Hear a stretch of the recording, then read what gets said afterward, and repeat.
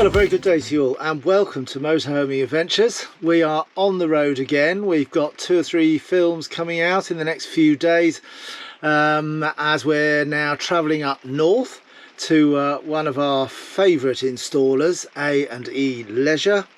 We're going to stop in at Belmont Hall for a few nights, so we'll do some updates on Belmont and any changes they may have made there.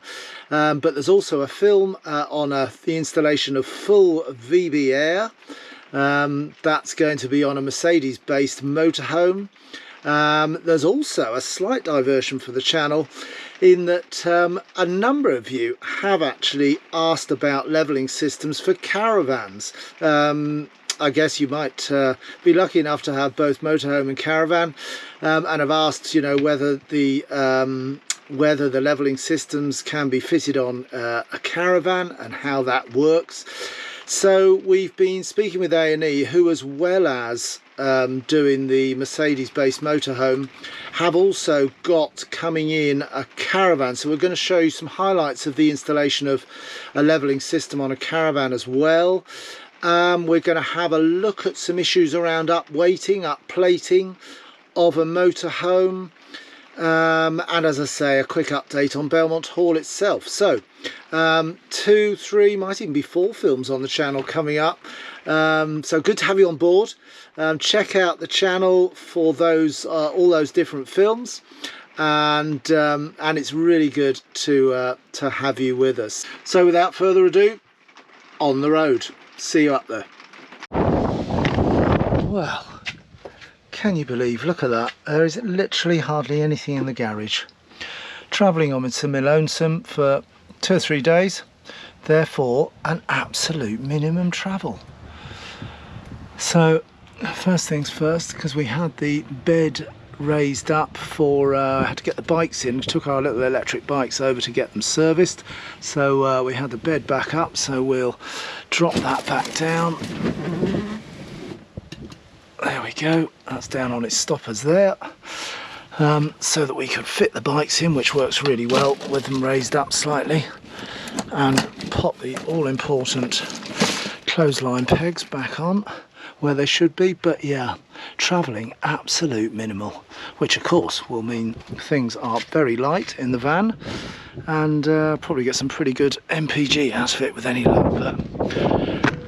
And as you can see in here, everything is pretty minimal. Fired up the fridge, albeit that is we're trying to work on gas, but of course the gas isn't switched on, so hence you get the error message, and as soon as I fire up the engine, then it'll swap itself over to the engine itself, and that will get that going. All pretty light in here. Yeah, nothing's fallen off since we've lowered the bed, and ready to go. I think everything buttoned down, windows are all shut, bit of fresh water added. Look at this, got one of these for my water bottles. I'll show you that when we get to the campsite. That is a really handy little bit of kit.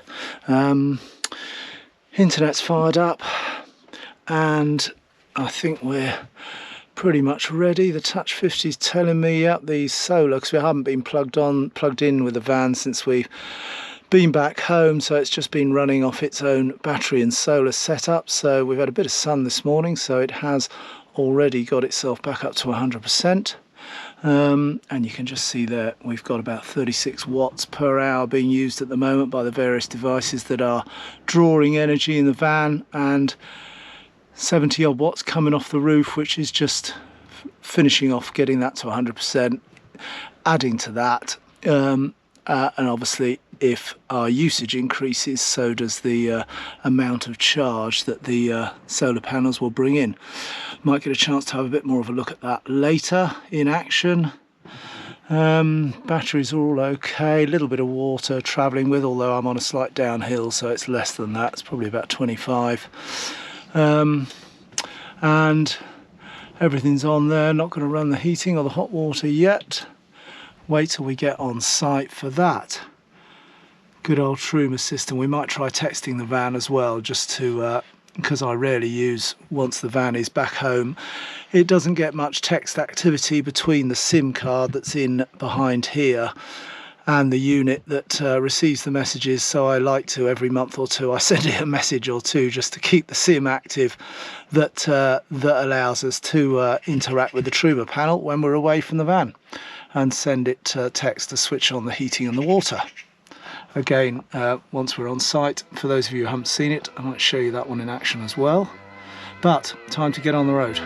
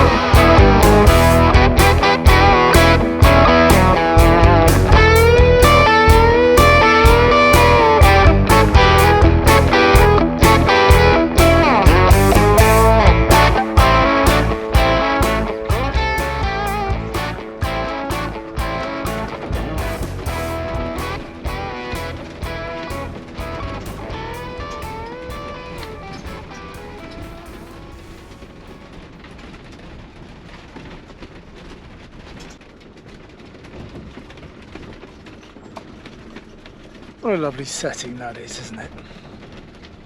It never fails to bring a smile to my face. Pulling into Belmont Hall.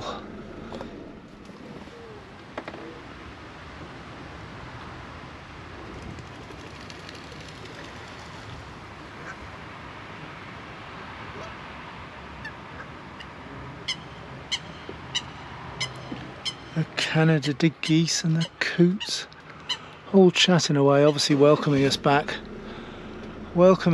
to an old favourite of ours at Belmont here. Stick with us here and we'll show you around the facilities here and what they have to offer in 2025 at Belmont Hall here. It is a lovely spot, some little fishing tents over there, looking quite busy. We're just into, it's the 1st of September in fact today.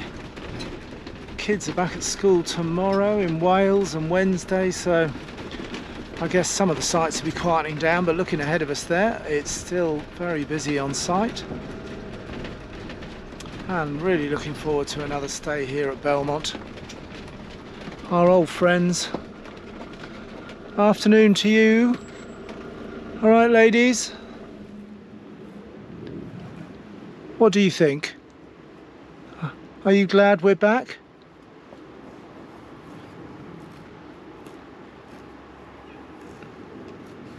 Yeah, I'm not sure they've got a great deal to say. A bit like last time we were here. Lovely. So back and pitched on the fabulous Belmont. Let's have a wander and see if anything's changed for September 25. Certified location for the Motor Caravanners Club. So if you're a member of the Motor Caravanners Club, I think they actually give you a discount as well for that. So that's a nice option if you've got that.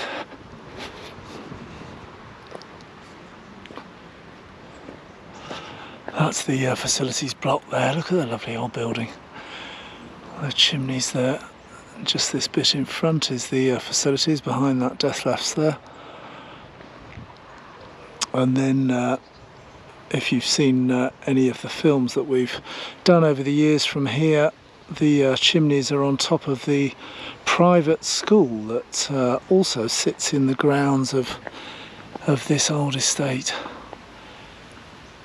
Tell by some of these fabulous trees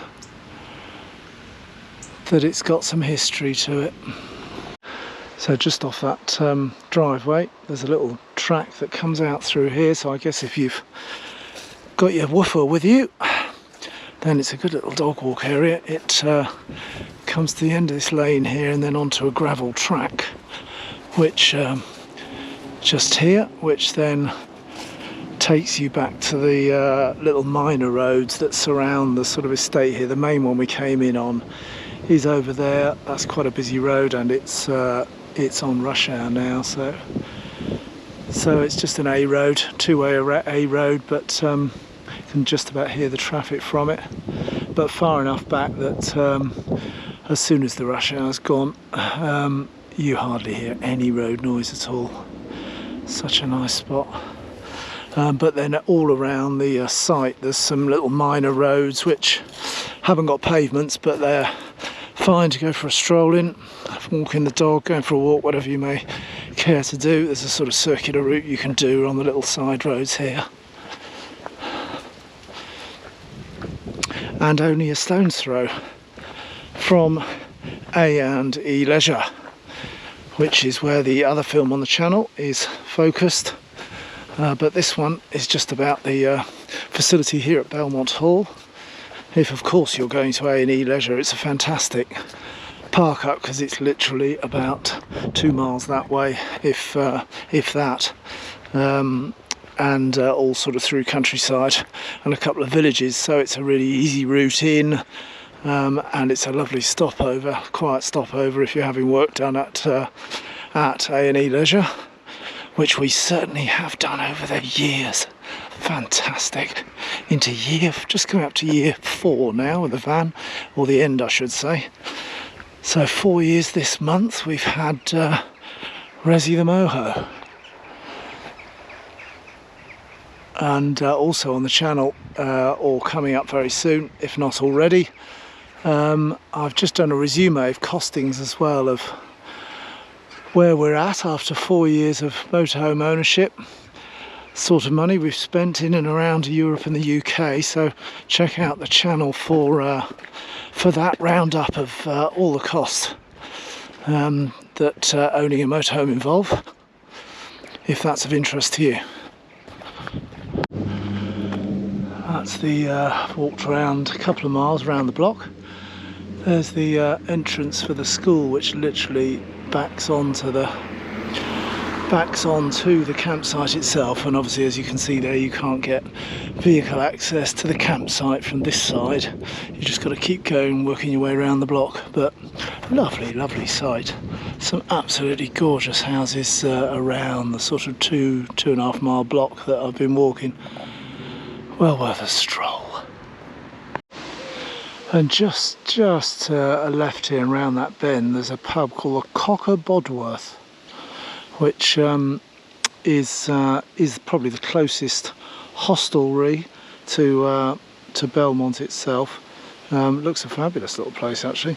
I've not been in there yet myself, but the Cocker Bodworth, worth a look, and literally within about, well, there's the school there on the corner and the site. So again, a nice little evening hostelry if you're staying over for work at A&E, or indeed just as a stopover in the Midlands, or should I say get it right, northwest.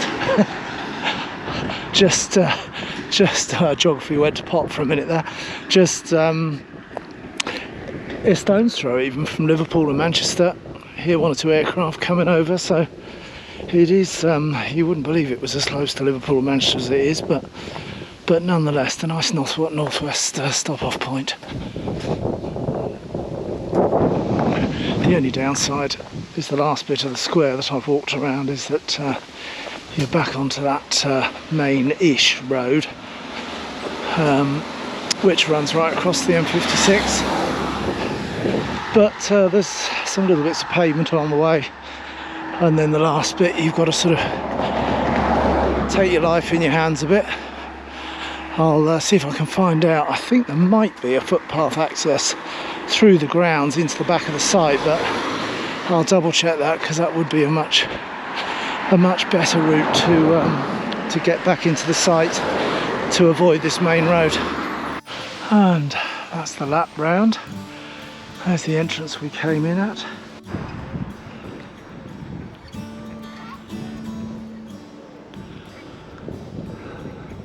Like it's bath time for the kids. Had a day playing in the park.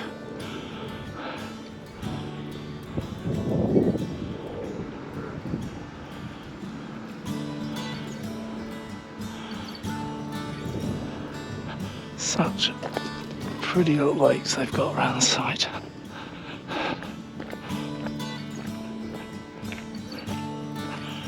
Another lake there.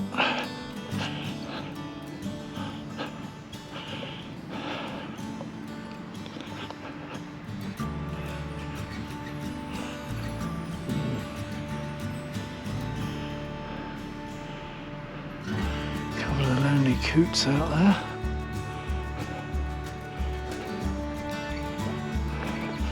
And this is where we started on the way in.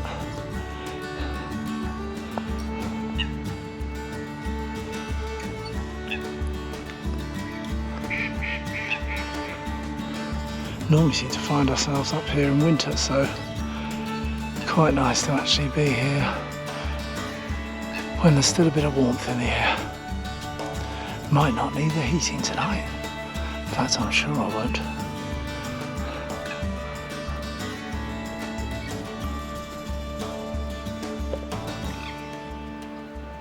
For those of you who might be interested in coming fishing here, that looks like the local club that you might need to contact.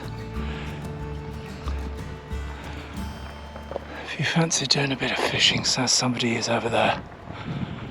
Often see hides up as well, where people obviously do some overnight stuff and stay on the site as well.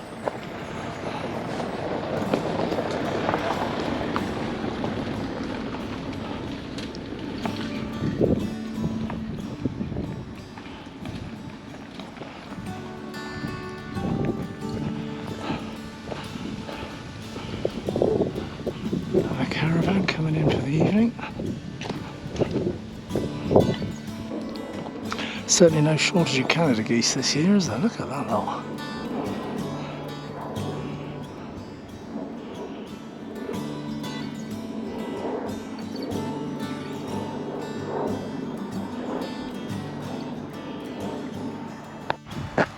Crikey, that is a big lump of tree that's come down there. Don't remember it being down last time I was here, but and by the looks of some of the new fence here, it might have taken a bit of fence with it when it went.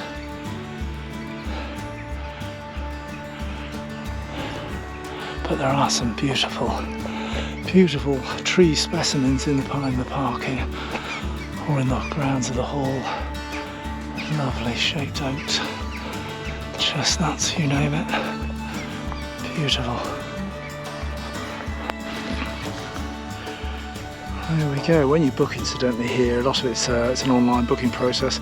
It actually allocates you a pitch number there and then when you get your email back confirming your booking. So and where the grey van is there, that starts pitch 1, so we're on pitch 2 there. You see the van up at a crazy angle, which doesn't look at all level from here, but a trick of the eye because the ground is a bit uneven here, so the levelling is doing its bit. But nice pitches, and they just do some little tweaks and additions each time I come. Very nice to see.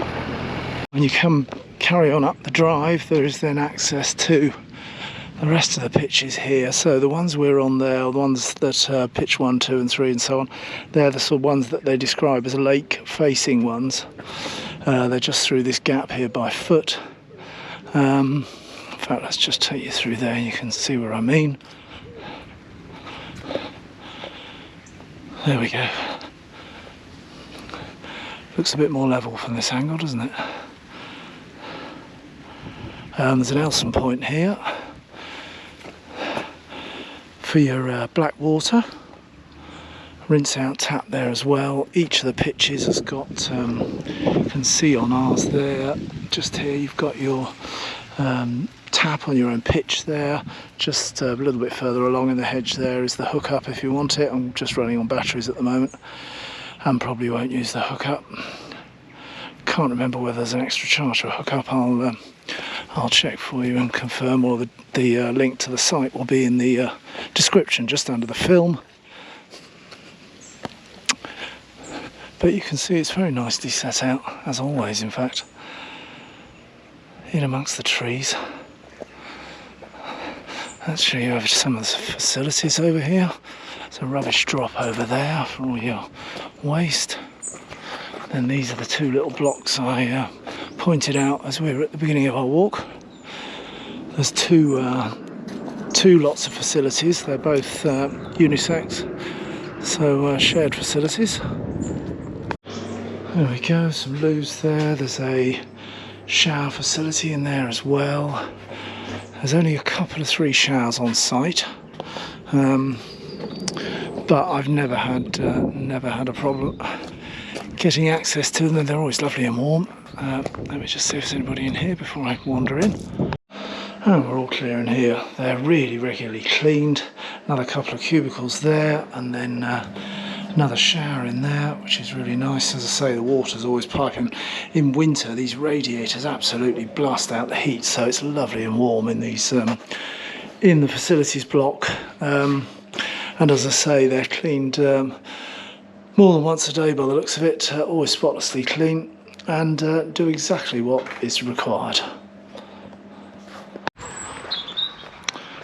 And then right at the back of the site, yet more fabulous grounds. But as you can see by the dotted around the site here, this is what they call the rally field. Motor caravanners, I think, use it, but I'm sure other meetups go on here. So not obviously accessible in winter months, but absolutely rock hard at the moment, and the perfect spot for a get together. Here the geese, there they are.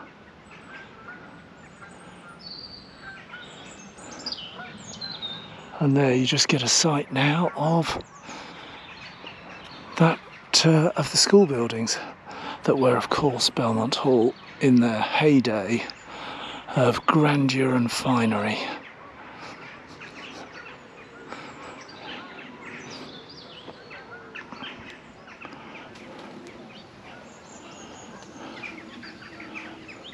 Looks like the trees have all had a very neat haircut, doesn't it?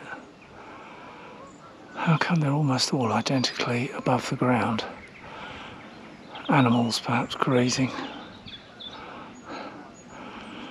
Looks like they've been manicured, doesn't it?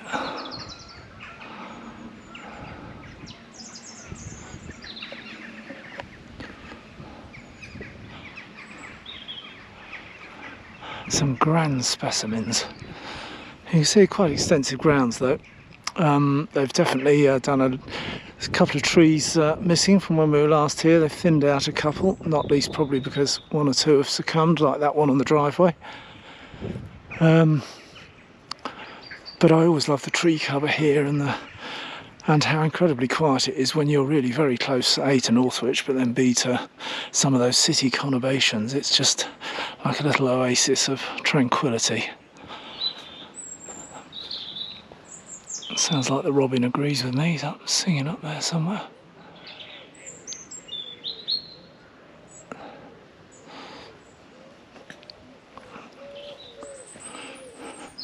Slightly different prices on the pitches depending on where you are on the site, but a very simple and straightforward booking system, nicely set out. Kerry, one of the staff here, who I often meet when we're staying up here, is fantastic. If you get any issues at all, her phone number is on the signs around the site, and she'll resolve any issues you may have very quickly and effectively. Really great staff on site here. Big old slide out job there, look at that, it's nice.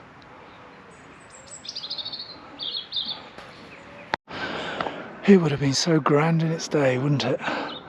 The hall just through the gates there, and then I guess these would have been staff stabling, part of the farm buildings I expect that looked after the estate.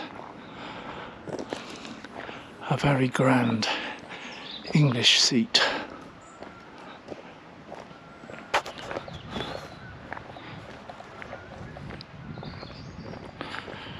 Right, let's head back through to the van. Popped in a bit of water, only about a quarter of a tank. Here for 3 nights. While we film that amazing Alko chassis having its full VB air, so check across the channel for that one. Got a bit carried away with the polish on the side of the van. Then it rained. Gonna have to do a bit of polish removal on those new decals, but the decals themselves are absolutely amazing. It's like new, literally like new, the van. Apart from my mess of polish. So, as promised, I mentioned this item. It's about 30 quid off Amazon. I found it, or I saw it on some social site. It's got a little recharging port there, which is USB-C style, I think, and it's got like a little motor down the end here, and it's basically for save you having to haul around these bottles. You can drop it in there, it can just sit on the top there, and then to activate it you do a long press on there till it lights up like that.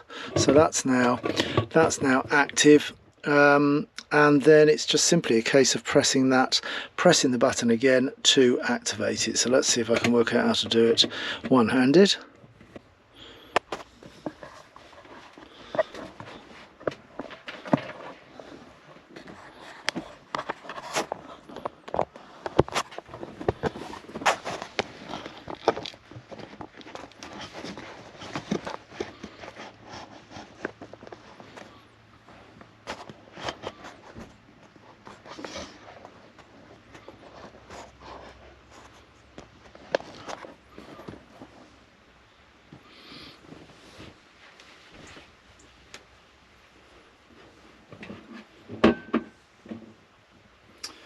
So once it's activated, just a single press of the top button like so, and then you can see you get a pretty good flow out of it. And that has one more press to stop it, and that's a full good old Yorkshire teacup of water. So it's just something you can easily, and we often keep these bottles sort of down in the cupboard below, so you could technically probably just get this in place without actually taking the bottles out of the cupboard at all. But it just saves having to haul them around if you, as us, travel with fresh water for the kettle and stuff in one of these big containers, something that size, or as you can see by the length of this and then the pump on the end there, you can see it's good enough for probably this, and of course an even bigger bottle if you've got something bigger than this current size, which is a 5 litre container. So interesting little product, isn't it? Does a job, and for 30 odd quid it was worth adding to the van, wasn't it? Just switch it off, one long press till it flashes at you, and then that's the motor isolated. Till the next time.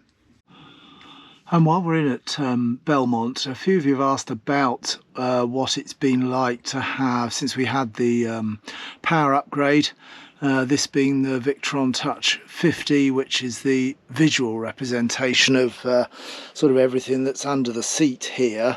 I'll just whip that cushion off. This is where it all hides. As I say, the Touch 50 is the visual representation of really what the servo is doing there, which is sort of bringing together all the component parts to be able to display it electronically. We kept the existing solar panels, so under there, if you can just about see it in the dark, got 3 MPPTs. But the real game changer for us was this Multiplus 3 kilowatt inverter charger, and it's connected to the two 300 amp hour Fogstars. And what that in effect means is that any of our 3-pin plugs, of which this is obviously plugged into one, and there's more down there, and there's 3-pin plugs at the back obviously, so anywhere you might also have your 3-pin sockets, it keeps all of them live. And it also powers so for example, if we put the hot water on, and we put it on eco, and we do it as a mix, so we'll do it as a mix 2, which is gas and electric. So if I choose that, and then we look at the AC load there, and what you'll see any second, once the instruction has gone to the boiler, we should see that fire up and start to show a power draw on the Fogstars. And there you go, so you just heard it kick in there. So it's handling the 1.7 kilowatts of the electric elements that are also of course in with the Truma combi boiler that we have. So it means we can off-grid have hot water, and of course any of the related stuff to do, we can use that mix 2 setting off-grid. So if we knock that off again now, I've switched that off, so we should see the power. There we go, there's the power draw dropping down. And the reason why I switched it off is just to show that if we now power up the induction, and there we go. So I've just popped the kettle on for a second, so you can see that's drawing about 1.4 kilowatts. So let's just knock that off. So 1.4, 1.7, you can see that we're already over the 3 kilowatt ability of the Multiplus under the seat there. So it means that you've just got to be careful, obviously, not to plug everything in at once. But when it comes to the big appliances, like the electric element in the water, and like the induction, like a hairdryer, like whatever it may be, you can very successfully manage those. So if we take as a guide, it's about 7 o'clock in the evening now, so we've just dropped below 100%. I'm obviously not hooked up here, and you can see if I pop on one of the lights, say, you should be able to see a very slight variation in some of the load that's coming across. Switch on a few more bits and bobs. Yeah, you can see the DC's drawing a bit more there. With things like the TV running at night, all the lighting, the heating, the tea that I'll cook, and those sorts of things, you can quite happily run the whole van very easily, in fact, off-grid, as long as you don't, as I say, shove everything on at once. And we'll check back in the morning when we head back to A&E Leisure for day 2 of filming, just to see where overnight that's got to with the average draw of the van, which does in fact, I know, tick over about in the mid-30s with the bits and pieces that are running, be it the alarm, the blink system, be it the Wi-Fi system, the Wi-Fi connectivity, all those sorts of things running that run constantly, that just draw that little tiny bit of power. So the bottom line and the answer to those that have been asking is that it has been absolutely fantastic and a complete game changer. You just don't need to worry at all where you stop. Oh, and of course the final bit is the 6-in-1 Toshiba. That was also a replacement for the gas oven. So if we go, if we set that up, and there, so that's the microwave function just set off there, and you can see again that it's drawing there about 1360. So again, just the same as before, you can see that you don't want to be running two of the really big appliances together, because you're going to hit that 3 kilowatt limit. There are let's just kill that one off. Otherwise you'll obviously just pop the fuse, and I have in fact done that once when I forgot I had the water on mix 2 and I put the induction on, and all it does is just pop the fuse under there and you just have to reset it. So as soon as we of course hit the road tomorrow, then not only will it charge from the engine, but it will also the engine of the van as we run. But we've only got a couple of miles to go, so the most of it will be replaced in the morning by our solar system, 700 watts on the roof, which, if the sun decides to grace us with its presence tomorrow, will top up from wherever we get to by the morning, which will probably be, after we've done all the cooking and bits and bobs like that, might be sort of in the 80s. So you can see that even with a full evening's cooking and whatever, you still only lose about 10 to 15%. So a lot of ability to stay off grid for a considerable amount of time. So again, if those of you that were asking about it were considering it, then you know what my my answer is going to be, is if you can do it, then do it, because it's a real game changer for us in terms of our usage and travelling in Europe and the UK with the van. So there we go, following morning. So we've dropped down to about 87%. It's a very grey morning this morning, so the solar's only producing a tiny bit at the moment. It's still quite early, it's 7:30 in the morning. So that's kettle, microwave, the bit of heating on the water heating that was, so I put a bit of electric element through that as well, just to use a bit more to see what we sort of got through for an evening, night and morning use of that 600 amp hour Fogstar battery. So you can see it's only with all that use of the quite heavy products like the induction and the heating and that sort of thing, then 13% of that overnight, obviously not hooked up at all, and very shortly, hopefully, if it gets a little bit brighter now, then the solar will start outstripping the standard load that's running on the van, very similar to yesterday evening. As you see, it's around about 36-37 watts that it permanently pulls with all the little LEDs and bits and bobs that are on in and around the van. So you can see that if you stuck, say, with gas on cooking, then and took out that element, you know, you can make those batteries last a fair bit without even moving the van.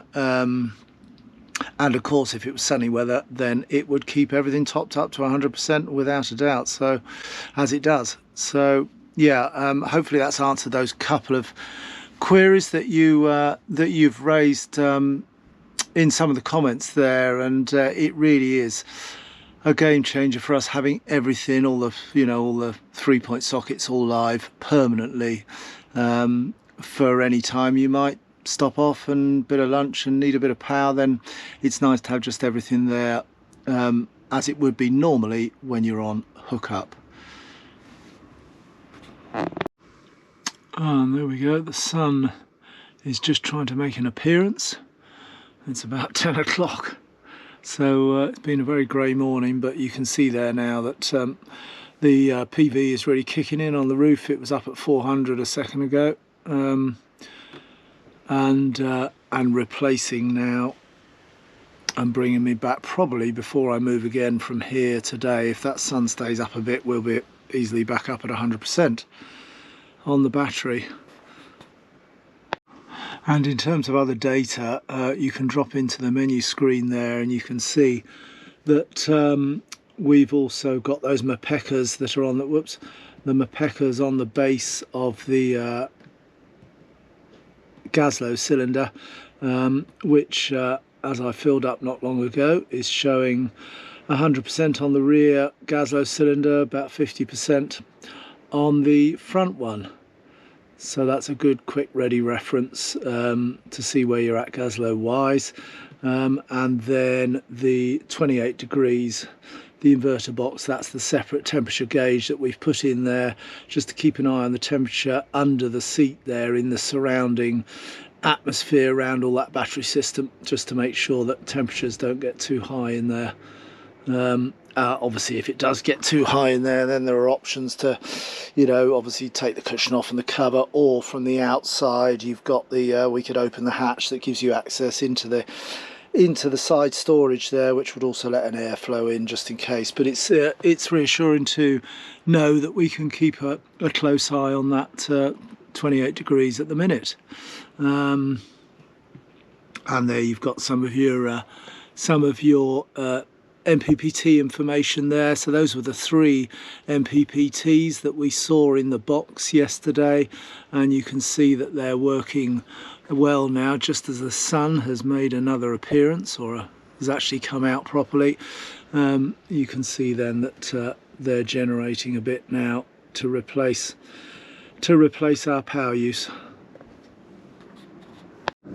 And finally the blank here, that's obviously if we are hooked up, that springs into life. So it's a really good graphical reference of everything that's going on there. And the other good thing about that is that when you're away from the van, which I am at the moment, you can monitor how that's going and how the batteries are recharging. You see we're bringing in 550 odd watts at the moment because there's a lovely bit of afternoon sun has broken through. So that will really start to power up those batteries now back up towards 100%. We're sort of lunchtime-ish now, so that should soon bring our overall charge there just down on the left hand side back up towards the 100, perhaps even before I leave A&E Leisure here where we're doing that bit of filming. So a day 2 update, just in case you were wondering, was that when you come into this events field that we looked at earlier, directly opposite where I'm walking now, just to the right of this lovely big tree, that is a footpath sign.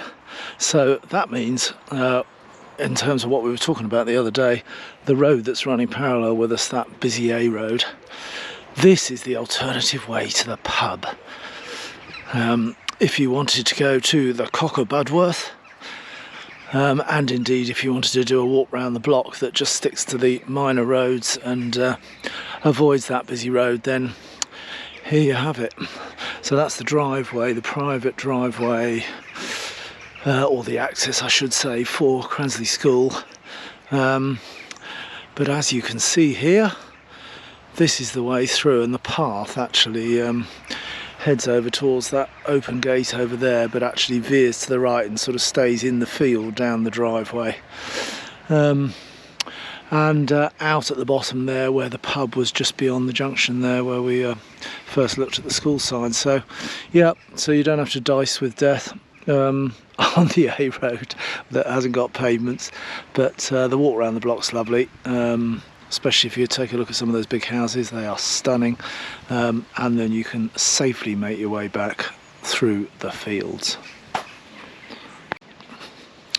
Anyway, I'm not going to spend too long out here this evening because it looks like we've got another shower coming over and some warnings of a yellow warning of thunderstorm at some stage in the next 24 hours. So yes, won't be too far from cover. And a few of the pictures are thinned out, so just gone through that crazy time, coming into the time where getting a pitch wherever you are in fact is a bit easier than it was for July and August, but still a fair few here. Enjoying this lovely spot at Belmont. But my last night tonight, finishing up at A&E Leisure. Don't forget to check out the channel for those films, for a bit of some upgrade films on the channel. And it's been fab having you along for this stay here at Belmont for a 2025 visit of a few more little tweaks and changes they've made here at the site, but still very comfortable, very peaceful, and a really nice spot to stay. Well, Belmont Hall, what can I say? Isn't that a lovely stop? I do like that. We've been going there for a number of years now. there's always little tweaks, little improvements, but it's just such a lovely spot. Feels like you're a million miles away, but actually it's very close for accessing. If you're city hopping and going into somewhere like Manchester or Liverpool or wherever, then it's a good little stop off out in the countryside. And our sincere thanks to them for providing the facility and making the stay really comfortable and pleasant. If you've enjoyed the film, then we'd love to get your likes.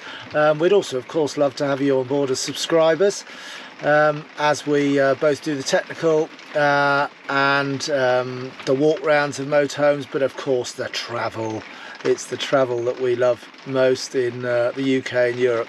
So do consider subscribing, and we'll see you again very soon on the next film. Probably off to MACSUK next. Van needs a service, an MOT, needs a hab check, our own van that is. So stay tuned.